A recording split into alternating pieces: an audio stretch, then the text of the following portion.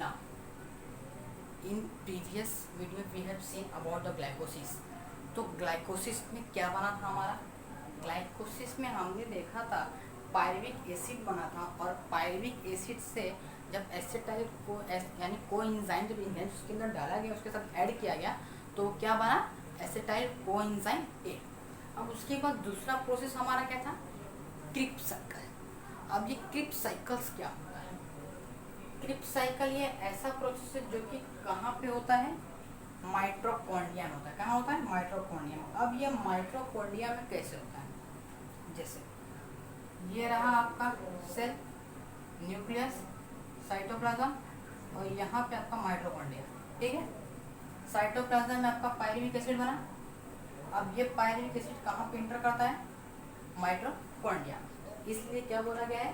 Cripps cycle take place enter in mitochondria, यानी in this acetyl coenzyme enter in mitochondria. इसमें क्या होता है? जो आपका एसिटाइल कोएंजाइम है वो क्या होता है? ब्रेक डाउन यानी ऑक्सीडाइज होता है। क्या फॉर्म करता है? Carbon dioxide, H2O, NaDH2 and FADH2। अब FADH2 NaDH2 तो बन गया। अब FADH2 NaDH2 से क्या होता है? ATP का फॉर्मेशन होता है। किसका फॉर्मेशन होता है? ATP का। अब देखते हैं कैसे ATP का फॉर्मेशन होता है।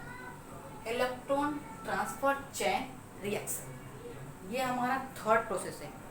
Glycolysis, Krebs cycle, ETC, electron transfer chain reaction. अब इसमें क्या होता है?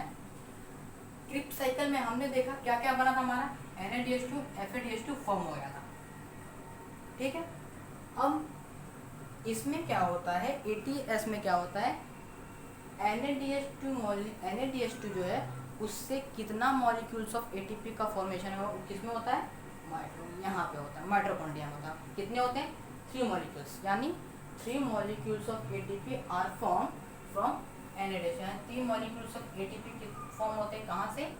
NaDH2 से। और 2 मॉलिक्यूल्स ऑफ ATP बनता है कहाँ से? FADH2 से। डन। और उसमें कुछ मॉलिक्यूल्स ऑफ वाटर भी फॉर्म होता है, कुछ मॉलिक्यूल्स ऑफ वाटर भी फॉर्म होता है।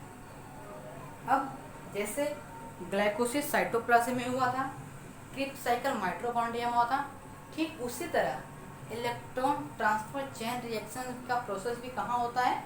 माइटोकॉन्ड्रिया में होता है। इसमें भी वाटर के मॉलिक्यूल्स, कार्बन डाइऑक्साइड और कुछ अमाउंट ऑफ एनर्जी क्या होती है? फॉर्म होती है। अब जैसे क्रिप्स साइकिल, ये रहा आपका माइटोकॉन्ड्रिया।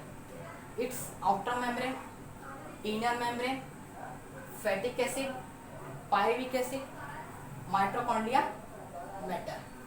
अब इसमें क्या होता है कि FADH2 का फॉर्मेशन होता है, NaDH2 फॉर्मेशन, यहाँ पे भी NaDH2 NaDH2 और NaDH2। अब यहाँ पे आप लोग देख रहे हो कार्बन डाइऑक्साइड क्या फॉर्म हो रहा है ना, CO2 और CO2। तो यहाँ पे कार्बन डाइऑक्साइड का फॉर्मेशन जब फॉर्म होता है तो इससे हम ये पता करते हैं कितना molecules of ATP actually form हो रहा है। तो सबसे पहले हम ये देखते हैं कितना मॉलिक्यूल्स ऑफ NaDH2 और FADH2 एक्चुअली इसमें फॉर्म्ड हुआ है। इसके बाद इतना तो हमको मिल गया, फिर यहाँ से हम पता करते हैं मॉलिक्यूल्स। अब ATP से ADP बनता है। क्या बनता है? ADP। ATP से ADP बनता है। ATP का फुल फॉर्म इलेक्ट्रॉन अडाइनिन ट्राइफॉस्फेट। क्या नाम है? अडाइनिन ट्राइफॉस्फेट। ADP का अडाइनिन डाइफॉस्फेट। ये आपका एडाइनिन है, ये राइबोस है, 5 है, 1 2 3 4 5। एक है आपका राइबोस, प्लस ये फॉस्फोरस के बॉन्ड है जो कि यहाँ पे ज़्यादा से ज़्यादा एनर्जी इनके पास पाई जाती है। तो ये जो होता है डीफॉस्फोराइलेशन में आता है। डीफॉस्फोराइलेशन का मतलब क्या होता है? Break down of phosphorus. तो यहाँ पे आप लोग देख रहे हो, यहाँ पे फॉस्फोरस क्या होता है? ब्रेक होता है।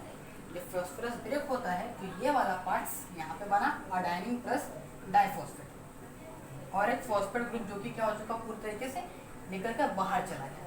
और जब बाहर जाता है तो इसमें से कुछ अमाउंट ऑफ एनर्जी क्या होती है? रिलीज होती है। अब ATP 3 था, 1 2 3, इसलिए अडाइनिन ट्राइफॉस्फेट। अब इसमें देखा जाए फॉस्फेट 2 है, क्योंकि एक तो बाहर निकल चुका है, कितना है 2 है, इसलिए अडाइनिन डाइफॉस्फेट।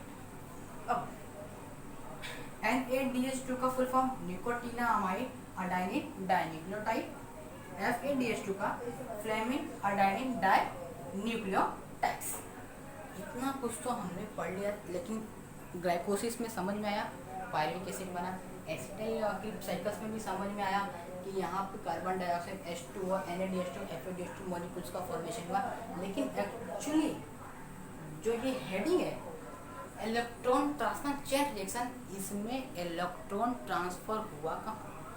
इट्स अ पॉइंट है ना, इसमें इलेक्ट्रॉन ट्रांसफर हुआ कहाँ? तो अब इसमें क्या होता है, half molecules of oxygen present होता है माइटोकॉन्ड्रिया में। आप जब ऑक्सीजन लेते हो तो ऑक्सीजन का लेवल क्या होता है, माइटोकॉन्ड्रिया में half molecules of oxygen present होता है। अब पायरुविक एसिड H2O NADH2 जब वहाँ बन रहा है तो वहाँ पे आप लोग देख रहे हो NADH2 FADH2 NADH2 लेकिन यहाँ पे एक NADH है, क्या है NADH।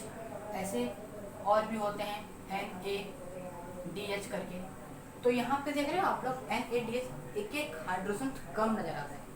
अब जब नहीं किसी दो ही रहे, ऐसा बहुत सारे, अगर ये बहुत सारे रहेंगे तो इसके मॉलिक्यूल्स भी क्या होंगे, बढ़ेंगे। तो वैसे देखा जाए हाइड्रोजन के पास इलेक्ट्रॉन्स कितना होता है, एक, इसके पास दो ऑप्शन है, या तो इलेक्ट्रॉन्स को दे दे या तो एक इलेक्ट्रॉन किसी से ले ले। हाइड्रोजन फायदे में किस में होता है, इलेक्ट्रॉन्स देने में। तो 2 मॉलिक्यूल्स ऑफ इलेक्ट्रॉन, अब 2H है ना, कितना मॉलिक्यूल, 2 इलेक्ट्रॉन्स देगा, इसलिए 2 इलेक्ट्रॉन्स हम दे सकते हैं। तो ये 2 इलेक्ट्रॉन्स क्या करेगा, ऑक्सीजन को ट्रांसफर करेगा। क्या करेगा, ऑक्सीजन को ट्रांसफर करेगा। जब ऑक्सीजन को ट्रांसफर करेगा तो यहाँ पे 2 है,